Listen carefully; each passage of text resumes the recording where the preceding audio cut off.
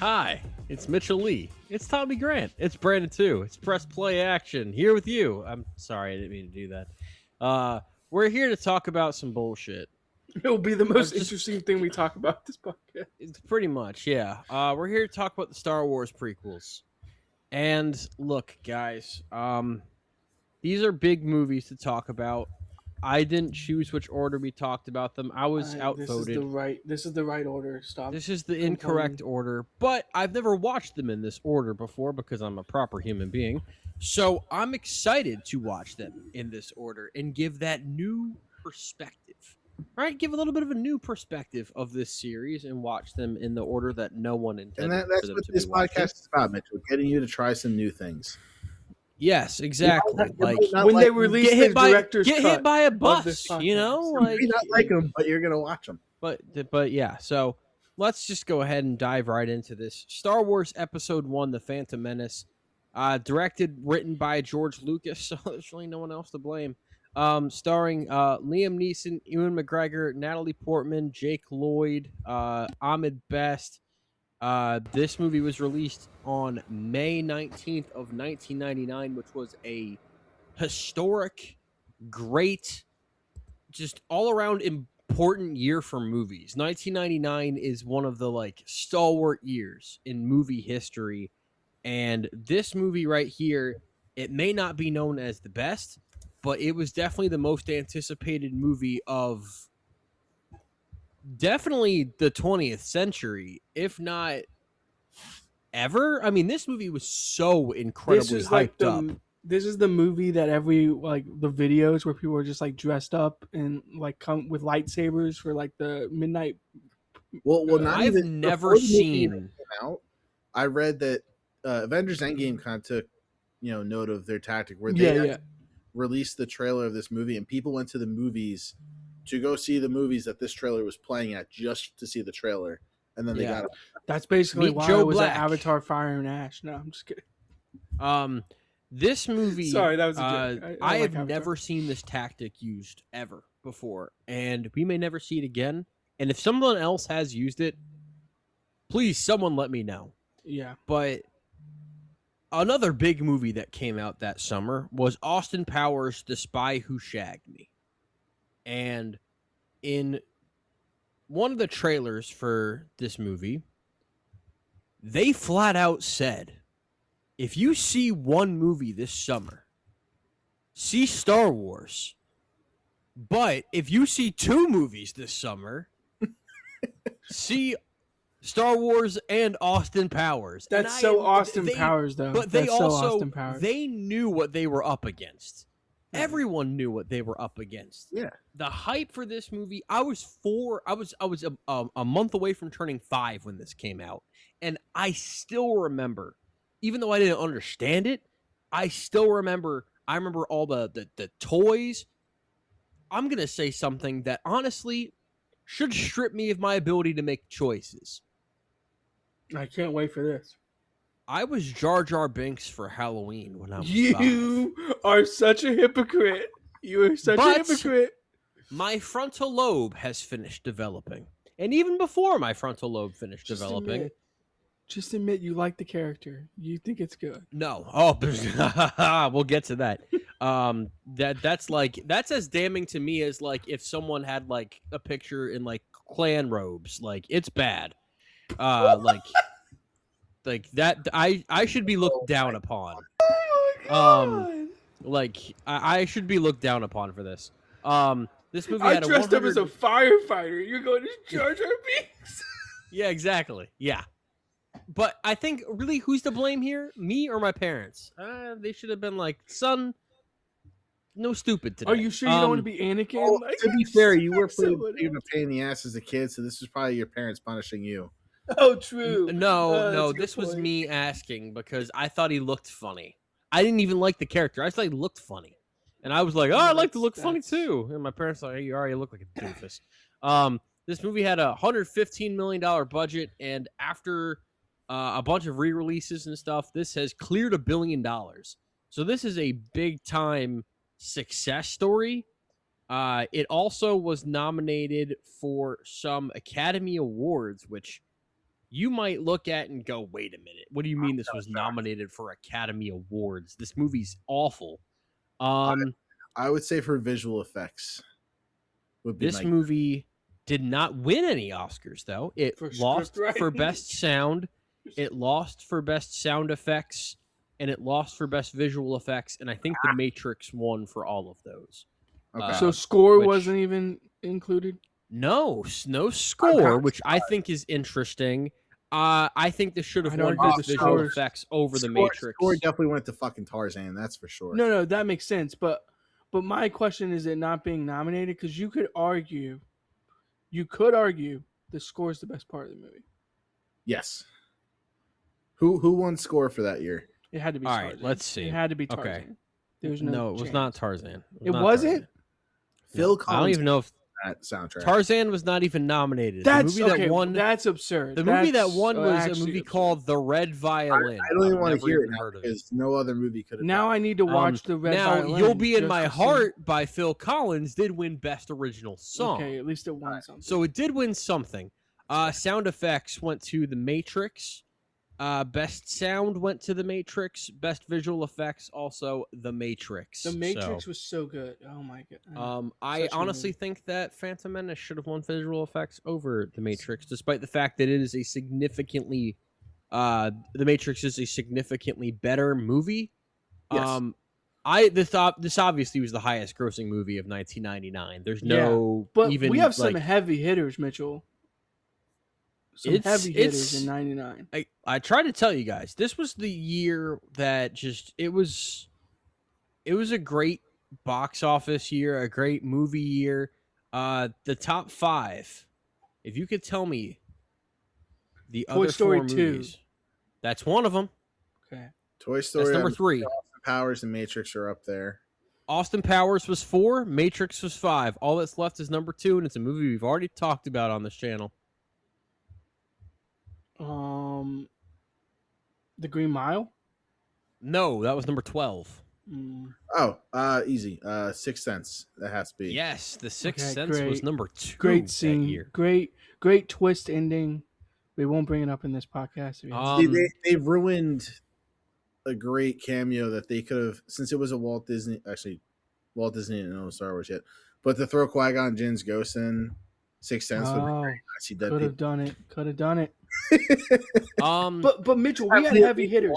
Dogma, good movie. American 10 Beauty, good 10 movie. Things I Hate About You, which is one I just watched recently that Eyes slaps. Wide Shut. Magnolia, Fight Club, The Matrix, American Pie. Go. Yeah. It was Oh my it was a banner gosh. year. A banner year. The Also, Hurricane, Saving Private Ryan. The Insider. That movie didn't come out in 1999. Yeah. This has some of the great movies. Animated. The Iron Giant. I was Yeah. just Oh my god. This Iron movie. Giant, Yes, Bugs we Life. mentioned Sixth I was only Sense, 5. I wasn't in Galaxy the movie Quest, theaters Blair for Witch this. Project, We had The a Bond Talented movie Mr. come out. Ripley, A Bond Three movie came out. Kings. Guys, we're forgetting a big one here. Pokemon, the first movie. Oh, true. Classic. We're okay with that one not being mentioned. Any given Sunday? No, I'm just kidding. Being John That is a good sports Malkovich, movie. Girl Interrupted. We've got some good ones. Muppets from Space. Dude, my Um, top 50 this year might have been electric if we ever do 99. Dude, yeah, I'm trying to maybe 1999 might be the next year I go back into. It could happen. This movie sucks. Okay. And I didn't think that I would have that opinion. I have always just not liked this movie, but rewatching it, I'm like, no, I hate this movie. I hate this movie. And This is one of those movies I always just forwarded to the end and watched. Tommy, Whoa. I'm gonna get on a soapbox here, Tommy. Whoa. I'm gonna get on a soapbox Go for it. because This I is a- think this that is the 'cause skipper. This is a movie we- skipper. we are reviewing a trilogy as a whole, right? And after the sequel trilogy, just kind of, and we'll review those. Trust me, those are coming. After that trilogy, just kind of had no plan. I think that they started out really well. I think they had good movies, but they had no overarching plan. people really came back to this and were like, oh, the prequels are really good and really underrated because they had a plan and they ended with the best movie. It's basically the inverse of the sequel trilogy. I guess. That does not make this a good trilogy. These movies, for the most part, are still bad. And this movie right here, The Phantom Menace, is a bad movie. Don't let the nostalgia goggles and hatred for what happened at the end of the sequel trilogy have you convince yourself that Jar Jar Binks isn't the most annoying. I know it's been said to death, but I'm sorry. There's no way around it. The truth is the truth, and this is one of the most annoying characters in the movie that I've ever seen in my life. Maybe I'm wrong. Jar Jar doesn't bother me, but I will. Explain yourself. I want to get this on record. Nothing in the sequel series is as bad as like 4 or 5 things in the prequels. Like I'm just gonna flat out say that. Like the end of the sequels is not anywhere close to the script writing in this movie, and honestly, the uncomfortable relationship you get with Anakin and we'll get to that. Padme. That is an uncomfortable. Unless you're writing. Talking about in the Phantom Menace. There's a I little am. bit of I that am. towards the beginning. I mean, Jake Lloyd. There's a little of it. Not. Look, it's uncomfortable. I think that nominating a 10-year-old for a Razzie is just wrong. Yeah, that's rude. That's rude. But I don't think in his life was. I mean, he's got like paranoid schizophrenia or something like that. Like it's very sad. Yeah, it's sad. That being said, I'm not gonna lie and say that he was good in this movie. I don't think they gave him enough. I think that the material they gave everyone in this movie was really, really bad. That being said, I want to talk about the actor who played Jar Jar Binks because he was suicidal after this role. Yeah. No one got more hate than that actor. I'm glad it's not the actor that should have gotten hate. It's George Lucas. It's the writing. What is George Lucas doing? The thing that really bothers me about the prequel trilogy, because I still enjoy them as bad as they are. I kind of enjoy them too. These movies is the fact that they're so fucking long. They could be edited down to hour 40, hour 50. This is my plant flag, hour 50 minutes. Yes. Out. They're too long. The script is just atrociously bad. I mean, George Lucas should not be approving these kind of scripts. So they were just so bad. And then you have the original trilogy, which was like his pride and joy. He's so much effort went into, and he nails the script. He nails it. But that's the thing. He also wasn't involved with that all. The script was very simple in the original trilogy. It wasn't a glorious script, but it was simple. But the other thing is, you had enough backing up the original trilogy, like visual wise, and like you can see the effort that went into making every little set piece. Whereas the prequel trilogy, you go into it and everything is CGI, and it just doesn't look good. Yeah, it doesn't. And you lose kind of that magic of the original trilogy when watching it. With the exception, the only thing that I really truly enjoy about the prequel trilogy that none have come past is the lightsaber battles. Oh, the lightsaber battles are untouched. Because let's be honest, every Star Wars fan loves the lightsaber battles. We love lightsabers. As kids, every kid had a fucking lightsaber. Mitchell's looking at you like I don't care about lightsaber battles. It's not that I don't care about the lightsaber battles. It's that I think the lightsaber battles in this trilogy are the weakest. The Phantom Menace lightsaber battle is arguably. It has its moments, but I think that if you took the John Williams music away. But the John Williams music fight as the John Williams music is the experience. But I'm not going to watch it on mute. I'm not watching this music. I'm not watching it on overly mute. choreographed. I don't buy any of it. It was actually choreographed. And it wasn't just like movements. I'm saying it looks. Hold on, shut your mouth. It looks for this one in particular, they had to slow it down in the movie because Ewan McGregor and Ray Parker were going so damn fast with the choreography. Yeah, I do love that. That they had to. This was the best one. I will say that. Whoa, you didn't like Yoda? You just said it was overhyped. I didn't will like Yoda? get to that. No, fuck Yoda with a lightsaber. No. That's just wrong on principle. But Yoda should never use a lightsaber ever.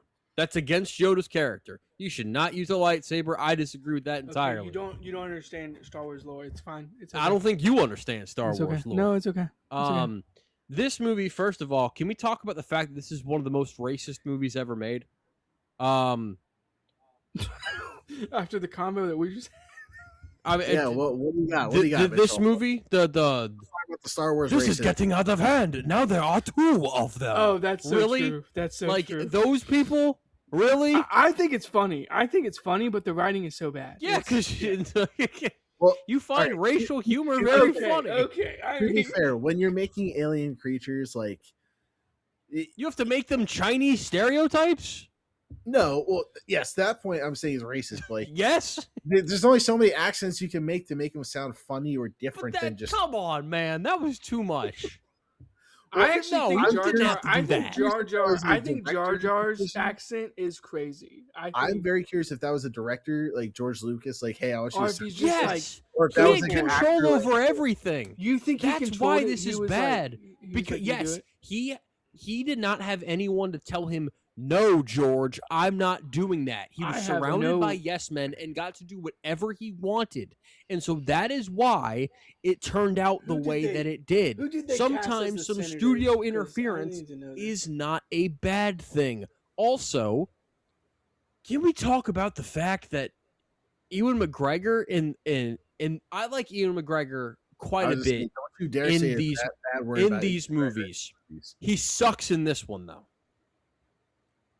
Because they don't give him much of anything to do. He's just hanging out at the ship for a good chunk of the movie. He's just sitting in the ship waiting for something to happen. Mitchell, I hate to break open the little Silas Carson. What this movie is supposed to be about. It's about Anakin. Yeah, fair enough. This ain't the Obi-Wan fucking saga. First of all, that's the incorrect choice. Second of all, would you rather hang out with Ewan McGregor or this 10-year-old that can't act his way out of a wet paper bag? Look, when making these movies, George Lucas made the original trilogy was originally going to be one movie.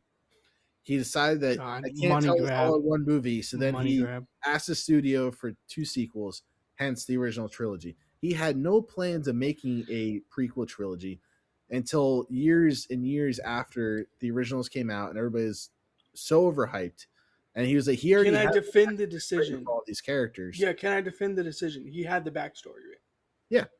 That's what I'm saying. I'm cool with it. He wasn't planning on making these movies, but he had built in backstories for most of these characters. And the main one was Darth Vader and telling his story of how he became a Jedi, fallen from then why is he like 8 in this? We should be picking up with him at like 13, 14.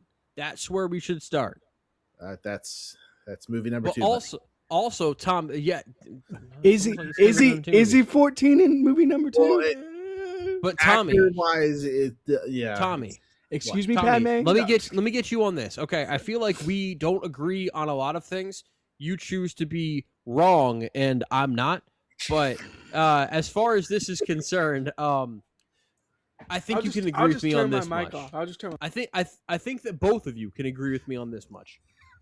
This movie and the political dialogue and just all like the treaty stuff. Oh, Andor does it better. It's done so poorly and so boringly that a Star Wars movie is supposed to be fun, and the majority of this movie is just about trade deals and blockades and the stuff. The intergalactic Senate. It's way too much in that regard. And like, I understand, it's Star Wars, and I understand that wars are political in nature, but like, goddamn.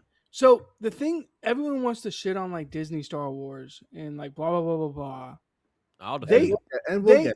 They've done Star Wars correctly. Like if you watch the Clone Wars show, objectively some of the best writing.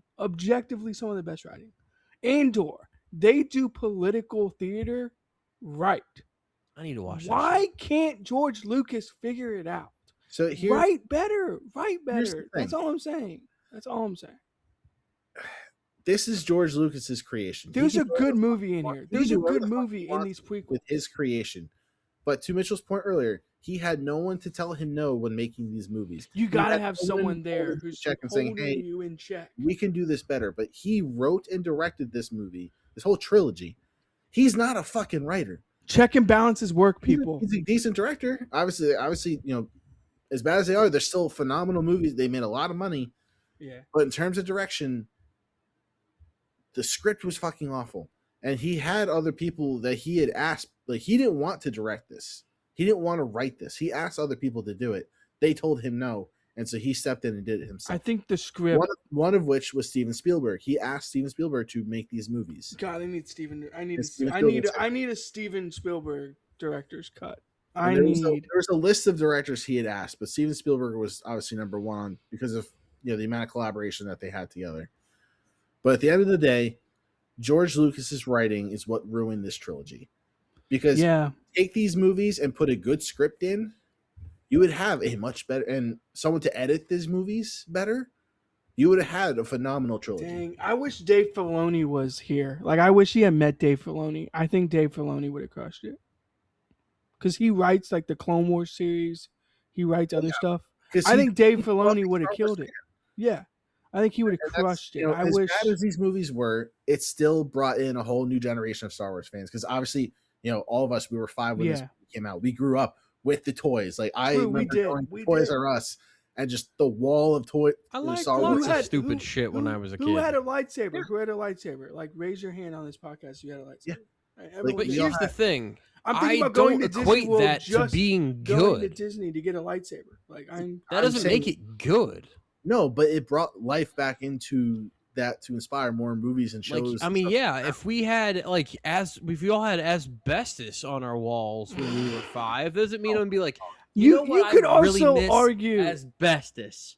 You could also argue like they had inspiration from Dune and all this stuff. Straight up jacking from Dune.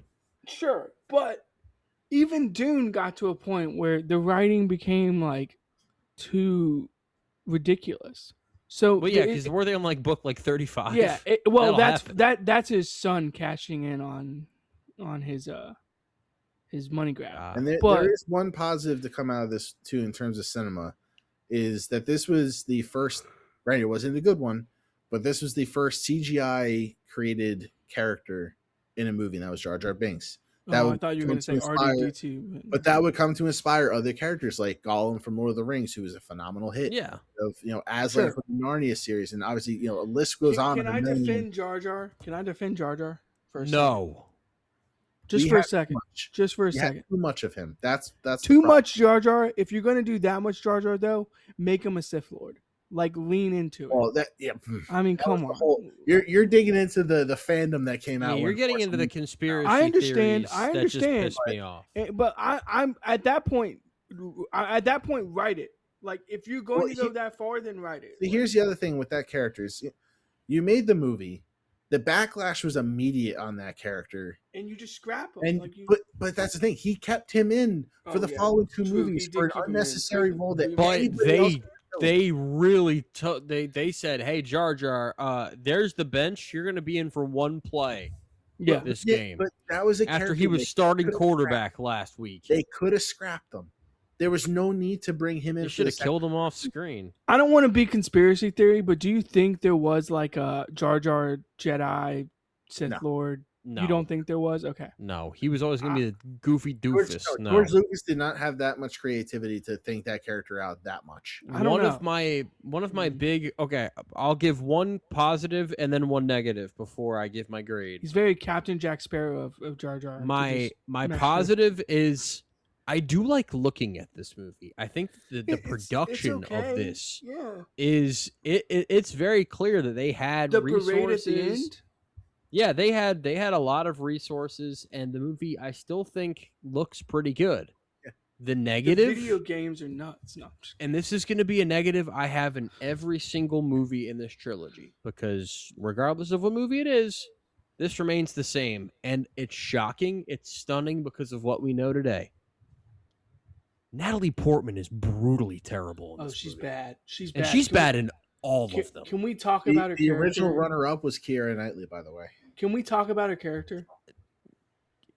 Why does she sound like a dude in the first scene? Also, Anakin's character walks up to her and says, "Are you an angel?" And I'm immediately uncomfortable. Natalie Portman plays, at least in the first 2 movies, she plays like she is the biggest doofus on the planet. Like she acts like she just had a lobotomy, and yet she's supposed to be like the double. Yeah, she's supposed to be a double. No, she's supposed to be the damn queen. And I'm not saying that dumb leaders don't exist because, but at least those dumb leaders, someone is supposed to find them charismatic. Who the hell is supposed to find this doofus charismatic? Yeah, it's just, she acts like she again. She acts like every time I watch Natalie Portman in the first 2, particularly the first 2 movies, I'm like, please part your awful. Yeah, part your hair and show me where you had your lobotomy scar, because there's got to be one there. George Lucas was not directed with kids before. He's always dealt with older teenagers. He had no idea. He's not used to work with. He's never worked with kids. Figure it out with Spielberg. He got it with Ke-Huy Quan. He got it with Haley Joel Osment. That's why with your boy. There's amazing prequel series here. If Steven got it with Henry Thomas, 100% believe if Spielberg does these prequels, it smashes.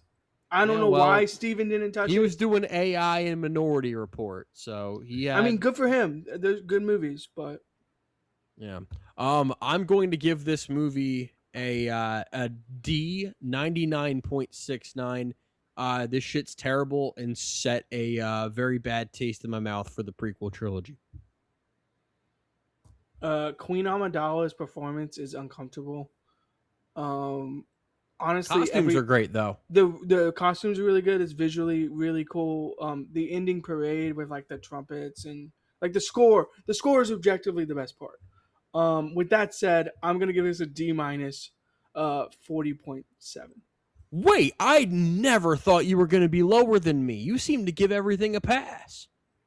No, that's me. I mean, I enjoy it lower. I can enjoy the movie and objectively say it's bad. Yes. Thank you. Okay. So, to that point as well, in terms of entertainment, I am a Star Wars diehard fan. I will love these movies, every movie that comes out. I like the lore, dude. Regardless of how bad they are, I love the Star Wars universe. Yeah, as a whole. Same. It's an entertaining bad movie at points. Yeah. At points. And so overall, the pros, I mean, the visuals were great. I enjoyed, the Gungan underwater city was a pretty cool sequence. The lightsaber battles were a lot of fun to watch. We need your help.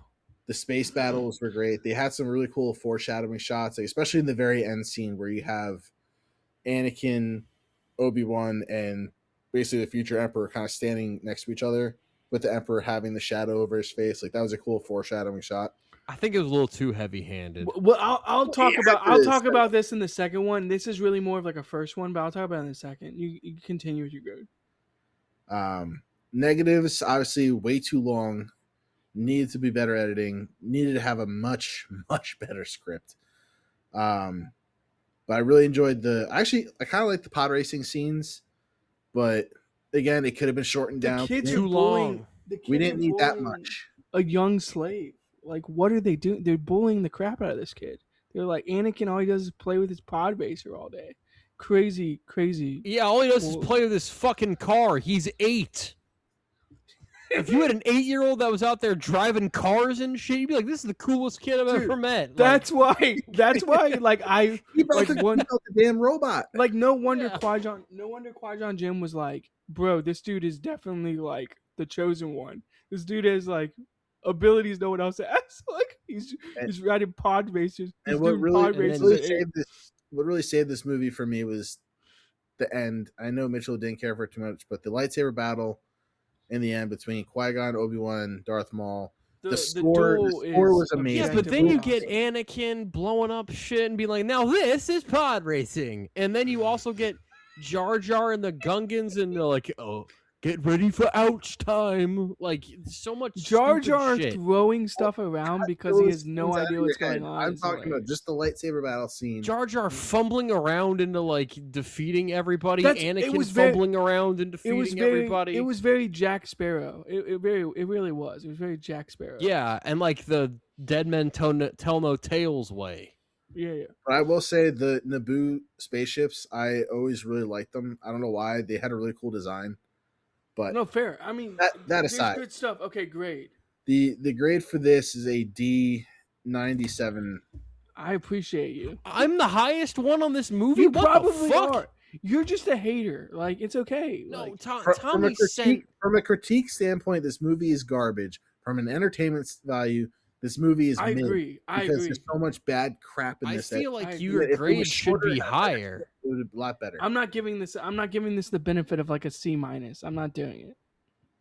All right, Mitchell, Phantom Menace lover, I guess, compared to the rest of you. You objectively hate like Jar Jar. But I have the highest grade. You're one of like the 99 percentile. You're like if I can hate Jar Jar, I'm like there. If I see Jar Jar on the street, I'm gonna beat his ass.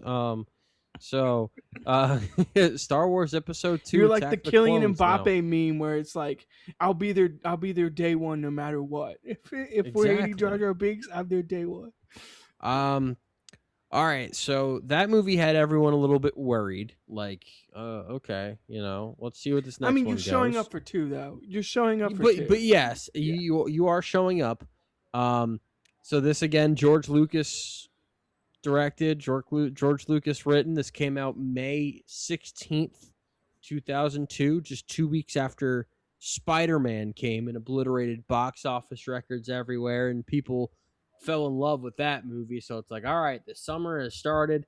Now it's Attack of the Clones time. $115 million budget, made $653, so a definite drop-off after the first one. This is also kind of suffers from middle movie of the trilogy syndrome, and it's not the one to kick things off. It's not the one where you get the conclusion, so people feel like they can kind of miss out on this one.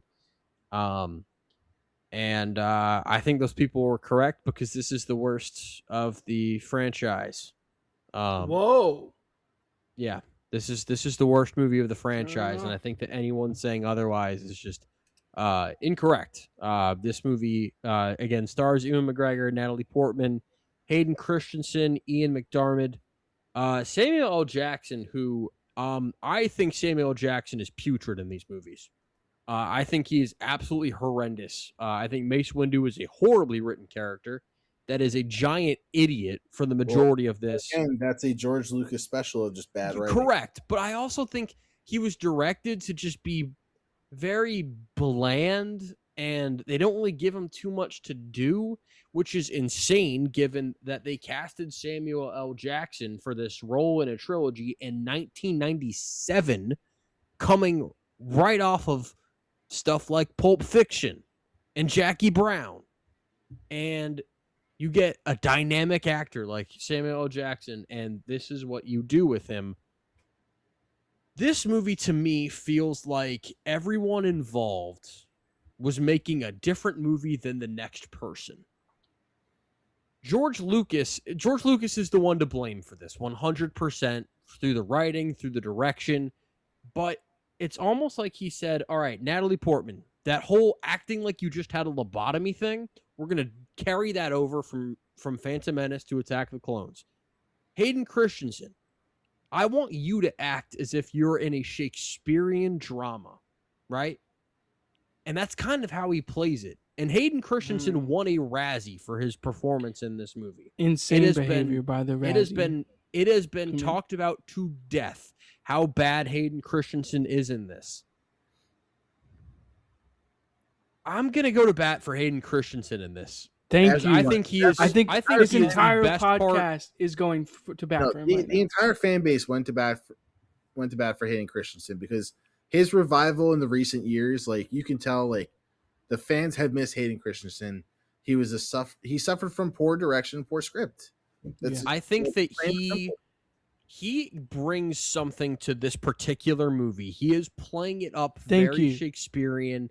And if he is a 15, 16-year-old kid, dealing with these massive like I'm more forgiving to that. Like, for example, he went I'm one for of the few it. I'm one of the few people that gave the movie Regretting You a pass, because I felt like when you're at that age, things are just so intense that I can kind of forgive some of the stupidity and the different nature of things. And I think that Hayden Christensen here, are there some scenes where he is really bad?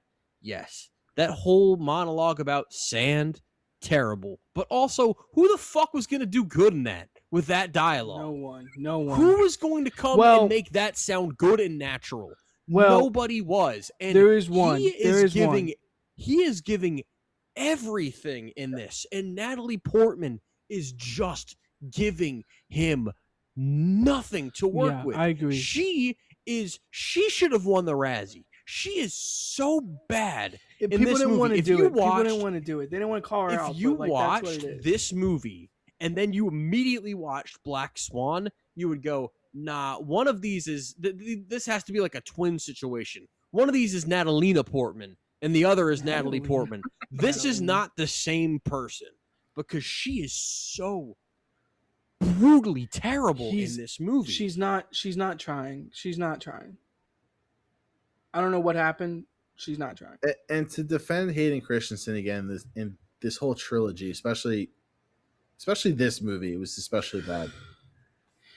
Jedi are supposed to be monk-like characters where you don't have ties to emotions. You don't. But have he's not that. So I get it. But that's what I'm saying. Like, but also, why? That's a really weird thing. The whole Jedi can't Jedi lore, love, dude. Jedi lore. We're not diving into the lore. But this was the movie that set that up. That wasn't a thing before this. It was. There was it wasn't. Not in the movies. No, well, that's the thing. There's 1,000,001 books that are written. I don't give a fuck about the books. The books. I know you don't. I know you don't give a fuck about the books. George Lucas. The backstory of the characters is that they're supposed to be monk-like. Yes. That's why Obi-Wan Kenobi. Stupid. That's why Obi-Wan Kenobi basically surrenders himself. Yes. In the Vader fight. So I just spoiled everything. See, I get that. I have no problem with that. Well, I took the. We can get to that. You're having a problem with the guy who created Star Wars, so I can't help you there. But I have major problems. He wrote the dialogue for this movie. Well, that's the problem. You have. He's not a writer. He's so. I truly have a kid actor who's supposed to be love playing you. a character, who is then basically told, "Hey, you're the character who basically falls from grace and has all these emotional connections that you're not supposed to have." So naturally, you're like, "Well, I'm going to have teen angst and act like a snotty little asshole the whole movie," and that's what he went for it. Give him props. He went for it. He looked at the script writing and he said, I got to take this up a notch. I'm going to go big with this. And Natalie I'm going to be dramatic. I'm going to be big. And Natalie Portman said, bitch, fuck you. I'm going to bed. Also, George Lucas bailed out on some things. The scene where he goes and he finds his mother, and you see that first that bit of rage when his mom dies, and then he cuts. And you don't see him take out people. Yes. Whoa, Mitchell wanted dark Star Wars. I'm actually here for it. Is that not what we're setting up? Is that not the point? Agree. Tommy said that the point of this is to Anakin's turn into Darth Vader. And if you're not going to show us a seminal moment in that, then go fuck yourself. I will say PG rating. Fuck a PG rating. The next movie's PG-13. PG these nuts. That's what I'm saying. We should have gone PG-13 and we should have slaughtered. And then he comes back and he's like, I killed the women and the children. And I'm like, you got to show that. You got to show me. I have an opinion that I want you guys to listen to here. Oh, no. Okay. In terms of movie making, we get theater edition. Don't leave it up to the imagination. No, stop. We have theater edition, and then we have director's cuts and all that kind of bullshit, right? Okay. Can we have a theatrical cut that's meant for anyone to watch, and then have a adult version where it's like, hey, all the dark shit you want to see that you want pay-per-view. You want pay-per-view. Hey, here's a R-rated version of this concept of a movie. You wanted the R-rated cut, which Because we literally get Samuel L. Jackson cutting off a dude's head. Yes, that's true. Enough with the whole like. We could have gotten more. And how many movies have we seen that were like, hey, if they went dark with this would have been phenomenal. But we got tied down because people went with a PG rating. It just makes like Hayden Christensen's like performance in the next like time him and Padme meet up. It makes it like so bad. So we could have gotten him killing the younglings. Oh my god! I don't mind not showing that. I need that exactly cut. Where they. I need that cut. I think that the edit there. Mitchell doesn't like sand people. That's what it is. Mitchell doesn't like sand people. I'm kidding. I do think that. Okay, Count Dooku. I'm with you. I think they should go dark. Character. First of all, I'm with you. I think they should go wasted Christopher Lee. Yeah, again, Christopher Lee is like trying, and the script is bad. He is, but he's got nothing to work with. He was wasted in this movie, but not the third movie. Okay, so if this movie let's explore this. If this movie goes dark, how good is it? I think it's more watchable. It's better than the first one, but like if we go dark, Mitchell, CG, like if we go, CG for this movie was much worse. Yes. Because like you have that scene like fucking Dexter's Diner or whatever, and I'm like, what the hell is this? Yeah. This movie took we did some really cool stuff with CGI in the first movie, so let's like amp this up and see how much CGI we can pump out. The only person that could have told George Lucas no is Mace Windu when he told George Lucas, I want a purple lightsaber. You should have told him no, because that's stupid. And honestly, at one point, mixing of the two, red and blue. And at one point, he's in between. I'm pretty sure George Lucas was just going for the cash grab at this point and was trying to make cuts where he didn't have to make stuff. He just said, "Hey, let's just CGI it." Because let's be honest, I mean, Yoda is CGI, and objectively, the Yoda scenes. Well, of course, there are some. It's not all bad. The Yoda scenes are good. The Yoda scenes are good. I'm gonna get hate for it. The Yoda scenes are good. But you get you get the Dexter scenes that are like. I want more Yoda in this. I want more Yoda in this movie. I want less. Ewan McGregor. I hate every single thing they do with Yoda in this trilogy. That's crazy. Every single thing they did with Yoda in this trilogy was wrong. Then you just hate everything about Star Wars. Mitchell just likes to hate. Except I don't, but I just don't think that Yoda should be using a lightsaber. I just don't. I think that on principle is Yoda incorrect. Is the greatest Jedi in the history of... Yes, and he does not need a lightsaber to prove that. He should be doing damage without the lightsaber. Not to give George Lucas a pass, but Count Dooku does say, it's clear that we're not going to settle this by use of our force. It's time to settle this with lightsabers. And then the coolest... And Yoda should say, fuck you, you old bitch. You don't tell me what to do. The coolest lightsaber moment where he throws the robe back and he goes... And force pushes the lightsaber into his hand and goes into technique 4, Mitchell. Again, we're getting into like lore, but you're not about it. Mitchell is in pure movie world. He doesn't believe that other things exist in the Star Wars universe. It's so good. It's so good. Mitchell? I'm about character consistency. I'm about things like integrity. Character consistency. Oh my God. I have integrity. That's why it was a very how do I put this delicately? It was a very all right. Tell me about your Ewan McGregor Deadpool and Wolverine-esque moment. Okay, whoa, so that's crazy. When the timpanis hit and he comes in with the cane, I'm like, oh my God! I'm like, we're about to go down. It is the greatest thing. And we did go down. The grade of the movie did go down. That is just. Objectively wrong. It wasn't all because of that. I mean, the end throwdown at the little thing where. All right, Bail Organa. What do we think? We need more political theater. We need more senators. No. Actually, I want to get an honest opinion. Jango Fett was pointless and stupid. The Ewan McGregor side story with Jango Fett. Are we for that, against that? The Ewan McGregor like side quest. I thought Ewan McGregor was fun. The like I thought Obi-Wan like going on his mission. I thought that the guy that played Jango Fett couldn't act his way out of a wet paper bag. The guy that played Jango Fett's, or the kid that played Jango Fett's son, makes Jake Lloyd look like Timothy Chalamet. Isn't that quite bad. And I just didn't really like the way that a lot of that stuff looked. Okay. I don't know. I thought that the fight scene between Obi-Wan, the one in the rain between Obi-Wan and Jango Fett, I liked that one enough. That one, that scene was. I'm with Tommy. Stupid, but it was entertaining. I'm with Tommy. The lightsabers scenes are awesome.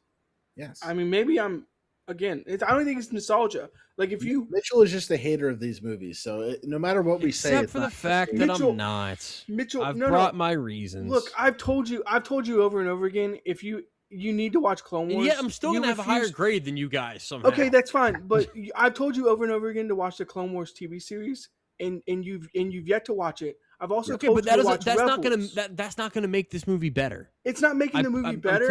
I'm telling you, if you watch it, I think you're just going to have a better appreciation for everything and a better understanding of things that don't get actually explained in these movies. That Rex and Cody. But I shouldn't have to do homework to watch this. But again, that's a directorial failure on George Lucas's part. Yeah, that's on his part. It's a script failure on George Lucas's part. We can't just go execute. I guess it's me jumping. We can't just go execute Order 66 and not talk about Rex and Cody and like. Because I'm sorry, we can't. And they do it. They do it, and that's a problem. It's also it's bad writing. You guys also like the point of this movie. We could talk about the lightsabers. We could talk about all this stuff. The point of this movie, Clone War. That's the whole point. The point of this movie is Anakin and Padme's undying love, and you don't buy that shit for a second. That is the point. That is the most important. It's actually about the Republic being overtaken by. You shut the hell up. No, it's not the love. It's the temptation of basically saying, "Hey, Anakin." And do they pull that off? Yes, because he falls for it, and that's what we see in the third movie where he talks everything. Is it done convincingly? Are you invested? No, you're not. Okay, there you go. Thank you. Can I point out the Chancellor Palpatine? Is it supposed to be obvious that he's like I know we know the story. To adults, yes. The kids know. Like you can see that it's him. Like they don't even like hide it. They're like. But again, this is what I'm talking about. This is meant for all people. This is meant for kids and adults. Okay. Us adults watching, we have brains. We're like, it's just like cover his face. Why does he wear a mask? But as kids, we weren't sitting there going like, oh yeah, it's definitely the Emperor. Like, right. Obviously, that's where I was like thrown off by like how stupid the Jedi in this are, the Senate, everyone is being played by this person who's not really that smart. He's just very good at manipulating. The Supreme Chancellor. And then Jar Jar gets up there and is like, we got to give over control to the. Sorry, I think I'm jumping movies, but sorry. We can go. Let's just grade this. The writing is so poor, it just brings it so far down. All right, you guys want to give I'll give my grade last. You give it. No, I think you're going to be the highest, so just go ahead and give it. If I'm the highest, and again, if I'm the highest on this one, then Tommy, I need you to retract your hater statement. Well, I'll give my grade first, so I'm not swayed by his. What is it? I hope it's a D. I gave this one a D 25. Yes. Thank you. Okay, I will not be the highest on this one. Okay, I gave this. I gave this to. I gave it a D 19.12. Oh, okay. We're so close, Mitchell. D 20.5. So stop calling me a hater when we all have the same fucking opinion. But you hate the lightsabers, and that's what I just don't understand. Yoda. I don't hate the lightsabers. I hate Yoda with a lightsaber. Here's my lightsaber, and then he goes, and then oh my god, it's so good. It's so good. All right. Now, if you thought that I was a hater before, if I get smacked, I would. I'm gonna drive to whatever hotel you're in right now and smack the living shit out of you. You ain't gonna do a damn. Yeah, no, I got a baseball bat, bitch. That won't stop. I think it would. I've got a lightsaber with a bat. I'm willing to bet otherwise. All right. So Star Wars Episode 3: Revenge of the Sith. Again, written, directed by George Lucas, released That's May crazy 19th, that they just like 2005. Starring Ewan McGregor, Natalie Portman, Hayden Christensen, Ian McDiarmid, Samuel L. Jackson. No $113 million budget. It made 905. All these movies were big successes. And of that's course, why we got a sequel series. Yep. This was the highest grossing movie of the year 2005. By the way, 2002, Spider-Man was the highest grossing movie of that year. That makes sense. There were some heavy hitter sequels, by the way. Chamber Secrets, a couple. We talked about this a couple Yeah. I think it was the Chamber Secrets episode. Yeah. Because this was also the Two Towers came out that year. But yeah, 05, Revenge of the Sith was by far the biggest movie. Lion, the Witch, and the Wardrobe was number 2, and then Goblet of Fire being number 3. God, what a time to be alive! What a time to be alive! You were alive. I know. I'm ecstatic. I went to the theater. Movies. I remember watching this. I got pissed. My dad saw this early without me. Snuck off during work, like lunch, and like watched it. And I was like, Dad, when are we going to see like Revenge of the Sith? And he was like, Brandon, I hate to tell you, I already saw it. I was like, that's something I would pull now. You traitor, you terrible person. This was a big deal, and this was the first Star Wars movie that I ever saw in theaters. Oh yeah, same. Yeah, I read the Attack of the Clones book when that came out. So you do read the books? Well, I did when I was younger. But no, it was like a fucking like picture book or some shit. I think. But like Phantom Menace, I saw at home. Attack of the Clones, I saw at home. This one I saw in theaters, and when I saw it when I was 11, when I was 10 rather, I was a really big fan, and I see it now, and I've got to call it for what it is, and that is that just amongst like the general public, as far as I'm concerned, this is top 5, top 10 most overrated movie of all time. This is a movie that people put on a pedestal. God, I love your work, Mitchell. It's just I wish Howie was here to hear this blasphemy. Because this is a good movie, but nothing more than work. That. Because unfortunately, this movie is still written by George Lucas. So we still have to suffer through. I'm gonna edit all of his words out and just can we just edit him out? You're a petty god, Mitchell. Like I love your work. Will not be published to the world to hear. You're a petty god, dude. I love you. So I'm actually going to do something that I usually don't do, and I think this is going to make things easier. Is that giving a compliment about Star Wars? So my grade is a B 63.93. Okay. This is it's a good movie. But people think, like, I've heard people say that this is the best Star Wars movie ever made. I don't and like agree if with that that. is that is your opinion, that scene I don't think that watching movies is for you. I think you might need to find another hobby like knitting or something.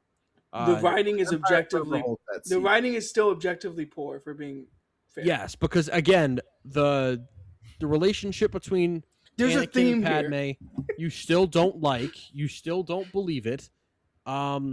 I think they really needed to make the Chancellor's role more important. Like, not like, politically, but I mean like thematically, and like they don't give even him more show that he time befriends him in the first movie and in the second. Thank you. He needs to have more screen time, because I think that would have pulled things off a lot better in this one. This movie definitely has and also we don't get a whole hell of a lot of time. And Tommy, I think you can agree with me on this. Common ground. Let's find it. Obi-Wan and Anakin should have had more time together throughout this series. No. You don't think so? Whoa. No. No. All right. I would like to see more, but in terms of the story, I disagree.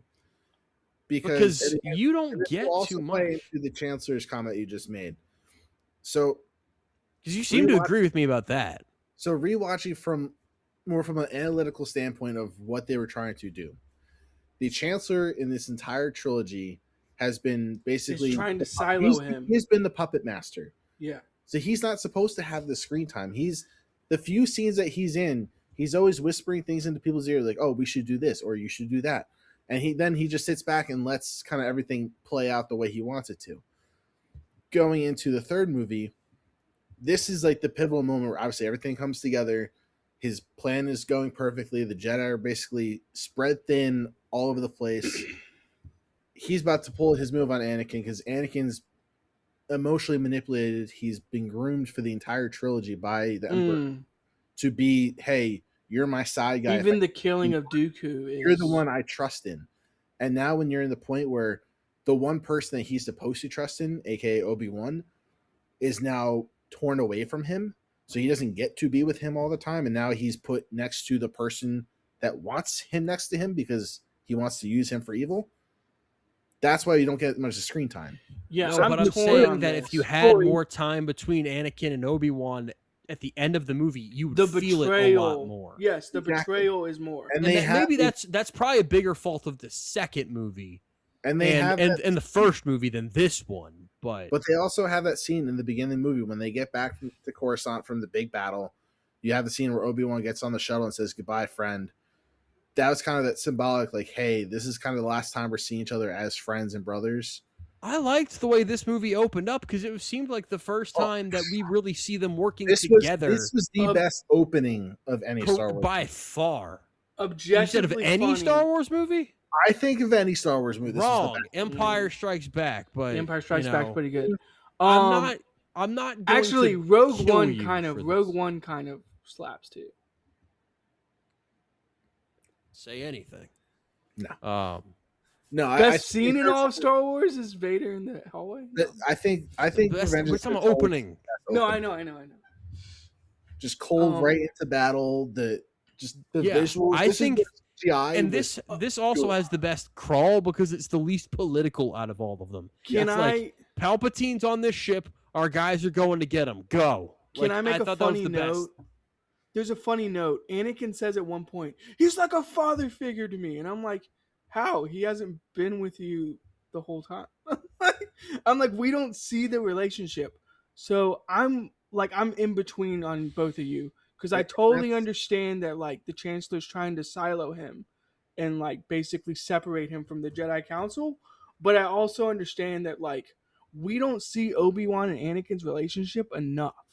Like, but maybe that's the feature of the movies. Like, this is about writing and directorial decisions. And I think George Lucas, I mean, it's a theme. I think he's made the wrong ones is the point. Like, I think that's the point. Is like, it's about decisions you make for like writing a story and then directing the story. I think he made the wrong ones for the majority of the prequel series.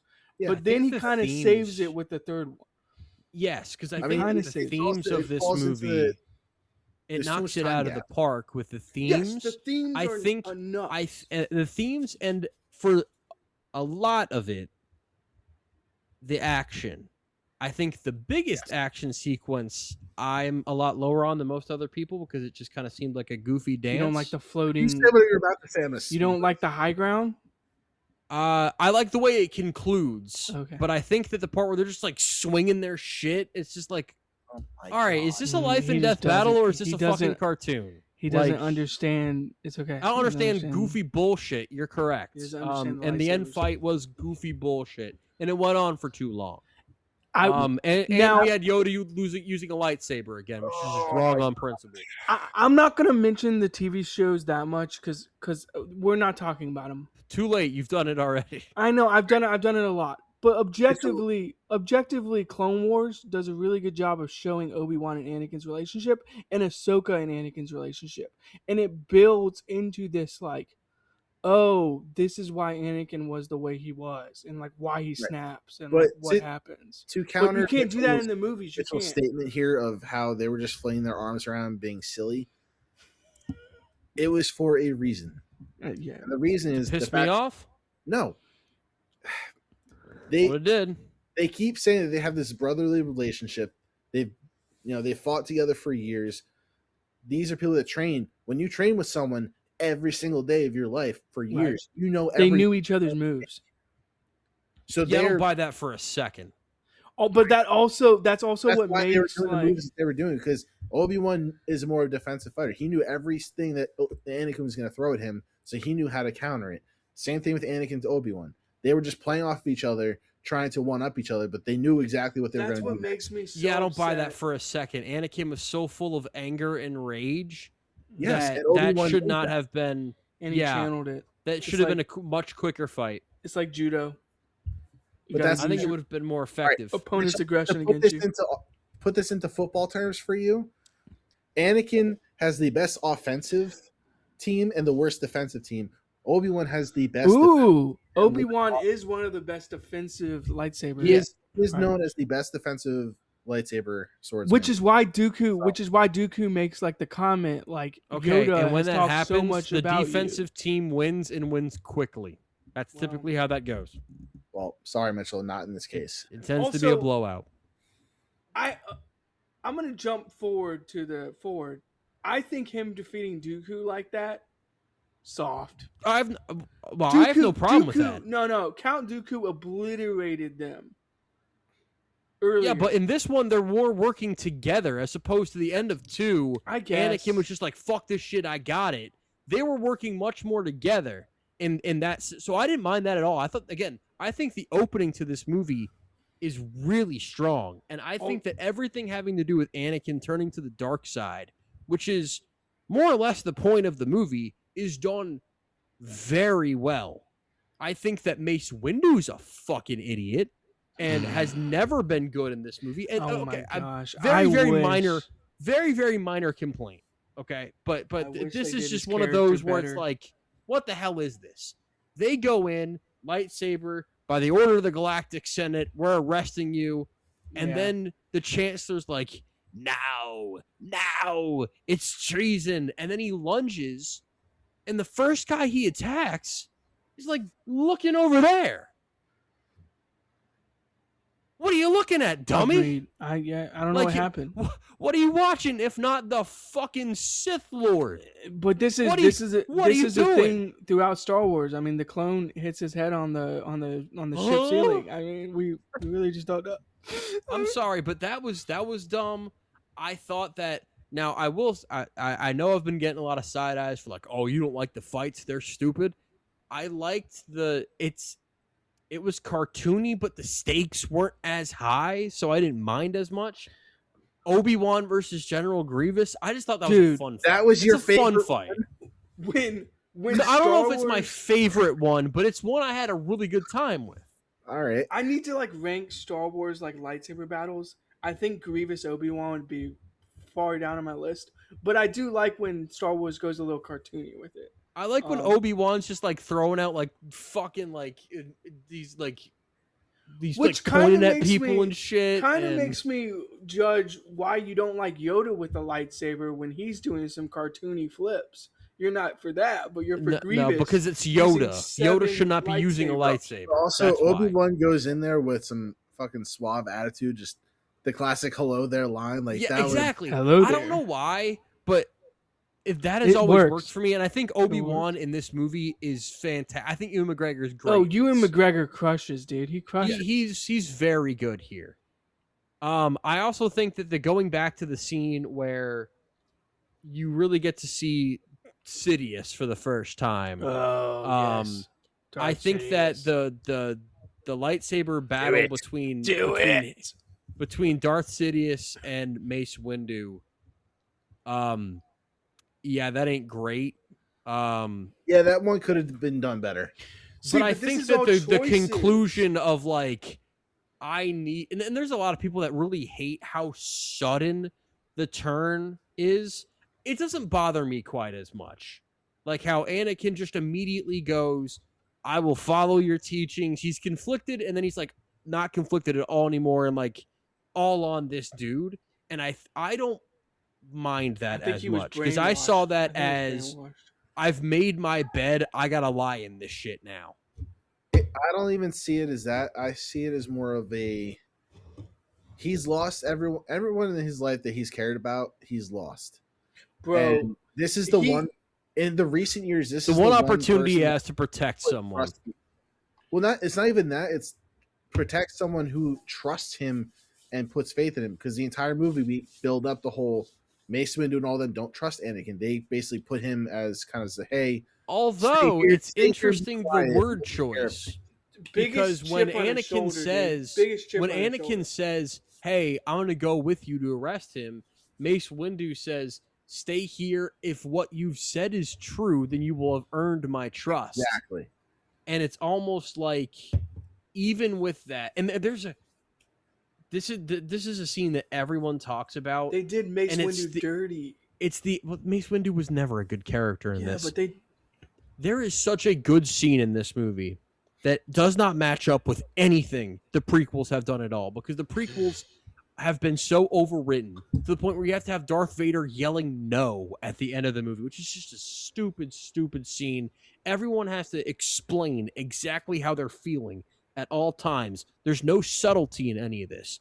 But there is a scene in the middle of this movie where Anakin is in the Jedi Temple and Padme is at home, and they both go to the window, and they're both like looking at each other from a distance, but they don't know it.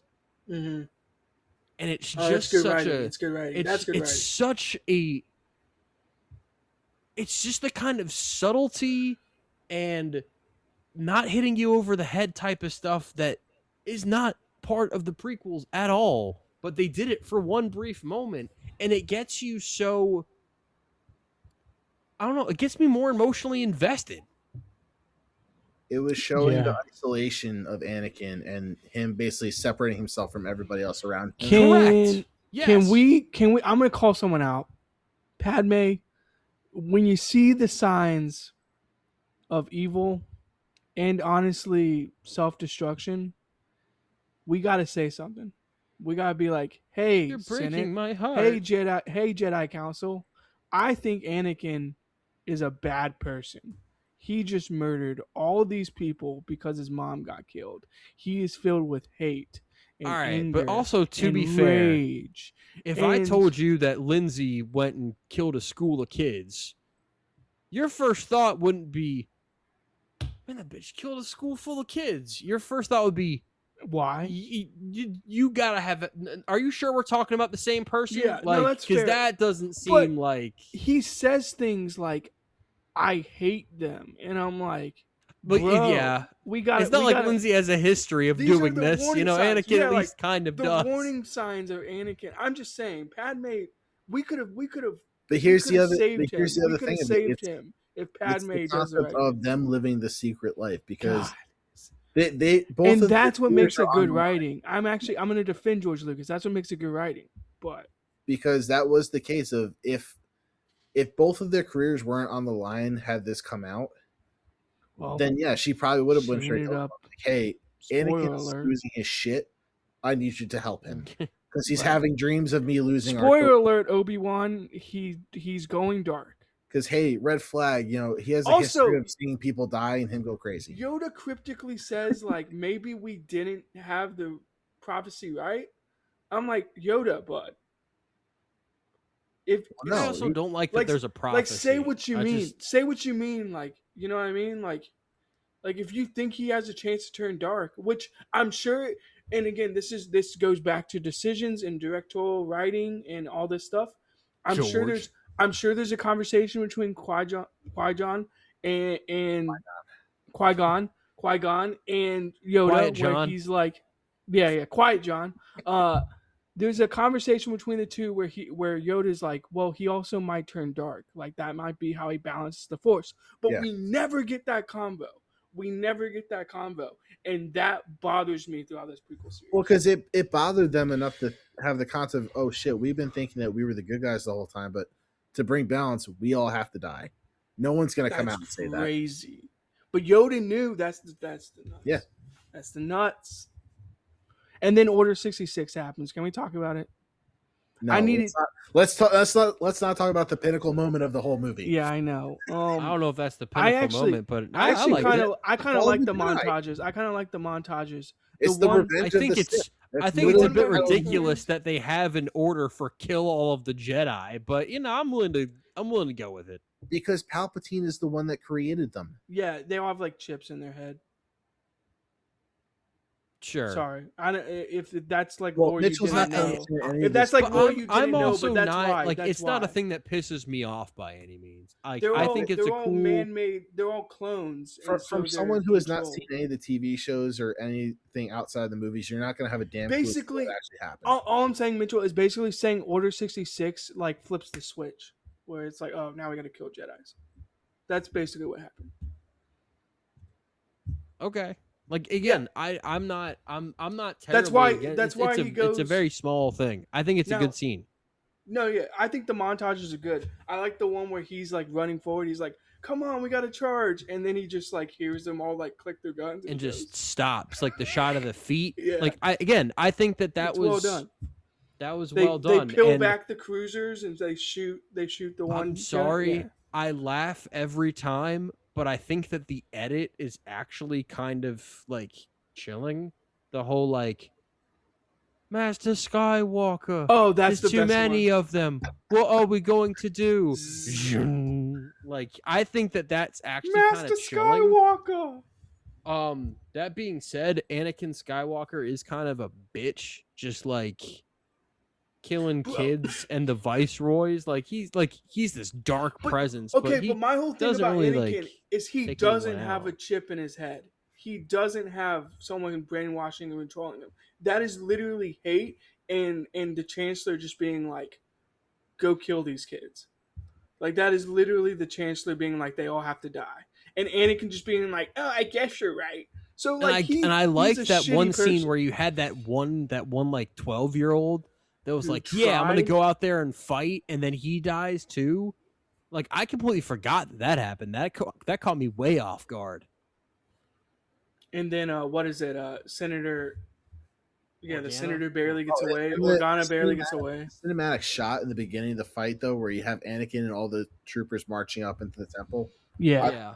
It's really good stuff. Like from that point on, it's like really good visual. The final like 20 minutes of the movie is basically just Anakin aura farming the whole damn time, and it worked. You got to give him like stupid eyes and shit. We have to remember he's not a clone. He's not being like brainwashed and controlled by people. This is like the decisions he's decided to make. Like he's got on his emo hoodie and dark person. Like he's an evil human being.